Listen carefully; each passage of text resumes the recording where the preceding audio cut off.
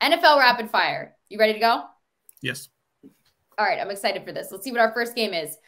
Whew, the New York Jets. What an interesting story they've been this season. In Buffalo. Buffalo favored at -9.5 and the total at 44. But can the Buffalo Bills put up big points against the Jets defense? Yeah, and that's kind of where I was looking at this. This is the only total that out of the rapid fire that I was looking at because this side I think is about right. I think this line should be around that 9.5, 10 mark. That's where I had it power ranked. But I'm going to be looking at the total here. Divisional unders have been something I've been looking at a lot, and there's a bunch of those this week. And we have a few divisional games we're going to be looking at during the matchups here, which I bet a lot of divisional unders, and that's where I'm going for this one here, under 44 in this game. Both teams are tops with their defense. The Jets are sixth in the NFL, giving up 18.6 points per game. And the Bills are number 4, giving up 17.4. The Jets offense has struggled a little bit this year. They are averaging 21 points per game, which is 18th. A little bit better since they've gone with Mike White at quarterback. Money Mike. But I'm looking at this game here, and I see that this is going to be a little bit of a lower scoring divisional battle, similar to the last time these two teams played. The total was 2 points higher at 46 and went under with a total of 20-17. I think something along those lines as well. Probably something along 24-14 is my projected score for that one. So I think this game goes under the total. Yeah, unless Josh Allen decides to have like this freak show of a game, I could see this one going under as well because like I said, I was looking at that offense-defensive matchup with the Jets and Bills there. All right, let's see our next game as well. We like the under in that. Whew, we've got the Battle of Ohio here. We've got the Cleveland Browns in Cincinnati with a, on the rise, Bengals and Joe Burrow kind of peaking at the right time. The Bengals favored at -6, the total at 47, but Deshaun Watson is back with the Browns. Does that make a difference in this game?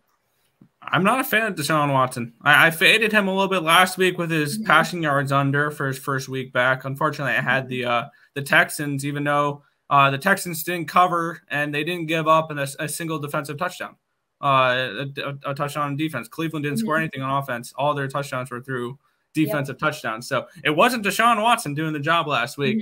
Looking at this Cincinnati Bengals team, they are tied for the best team this season, ATS, with the New York Giants.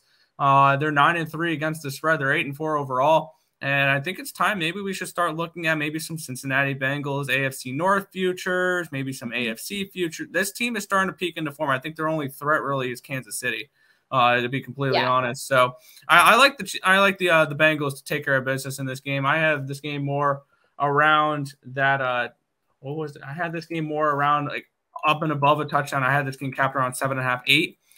So I see some value in the line laying less than a touchdown with Cincinnati here at home. So I'm laying the 6 with the Cincinnati Bengals. I also do have a small bet on the under in this game as well. All right. I like the Bengals in December as well. Joe Burrow is peaking at the right time, and so is that entire team. And the Browns like them in fantasy. But yeah, like you were saying, that offense, big old question mark and not looking so good for the money that he is being paid right now. Let's check about our next game. The Eagles at the Giants. I'm very excited to see what's going to happen in this game. The Eagles favored at -7, the total at 44.5. But these two teams right now have this is a big matchup to me this week. Both of these teams have to finish this season strong. Yeah, this is too many points for a divisional home underdog getting a full touchdown here at the New York Giants, and I get it. Yeah, the Eagles are 11-1, but actually their ATS record is not as good as the Giants is, even though the Giants have not as good of a record for 7-4-1 coming off of the tie against Washington. But they're 9-3 ATS. They're tied with the Bengals for the best ATS record in football. I'm grabbing the 7 points here. We're sprinkling the money line as well for a nice little home underdog here.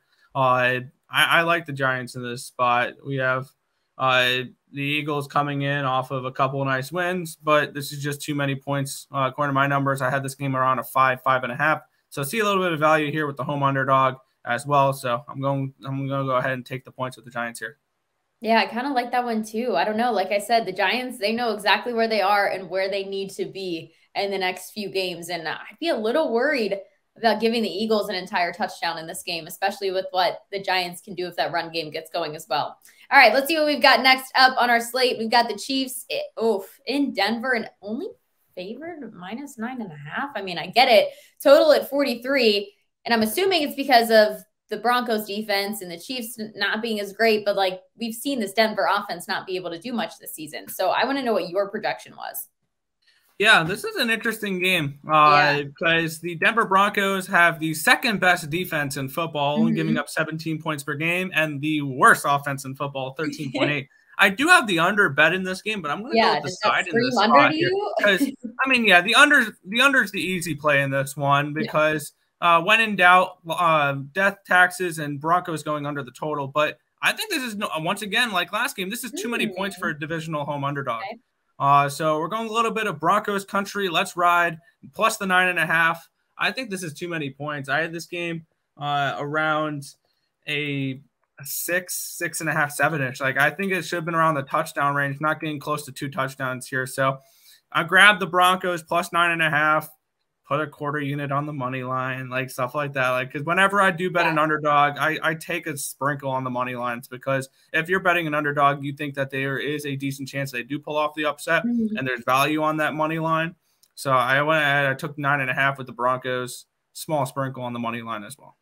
Do I think that the Broncos can upset the Chiefs?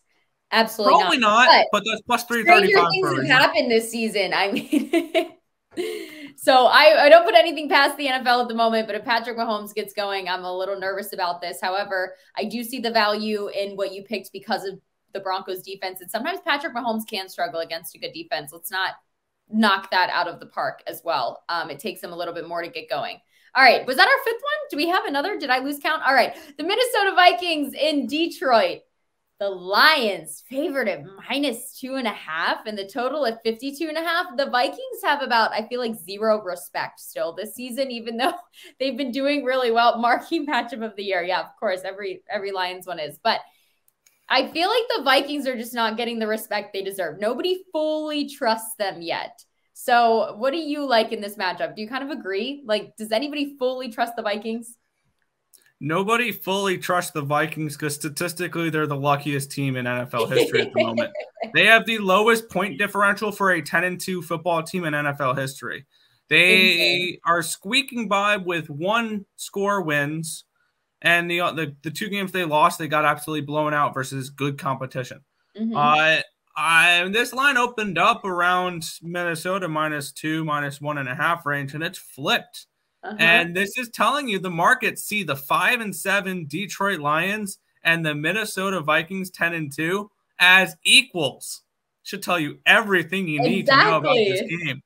So you're getting the 10-2 Vikings at plus money. No, thank you. I'll take the Lions here. Money lined him here. I got him at -120 earlier in the week. This is one of my favorite plays of the week, and this is definitely a circa play for Tim and I for the contest. So we're on the Lions. I think this line is this way for a reason, and I think the Lions get this win. Everybody. Yeah, give me the Lions. I kind of like it. I have seen the Lions. I'd rather have like some of the games that the Lions have like lost in fighting fashion than, like you said, like some of the games that Minnesota has won by like a point. So I don't know. I kind of like it as well. And in Detroit, let's go. All right. I'll be paying attention to this one for sure. If you want more of our content as well and to pay attention to more of what we've got going on and give Nick Earle a happy birthday shout out, like, subscribe, ring the bell for notifications. We are live, Picks and Parlays Power Hour, Monday through Friday, 3 p.m. Eastern. Thanks so much for joining us.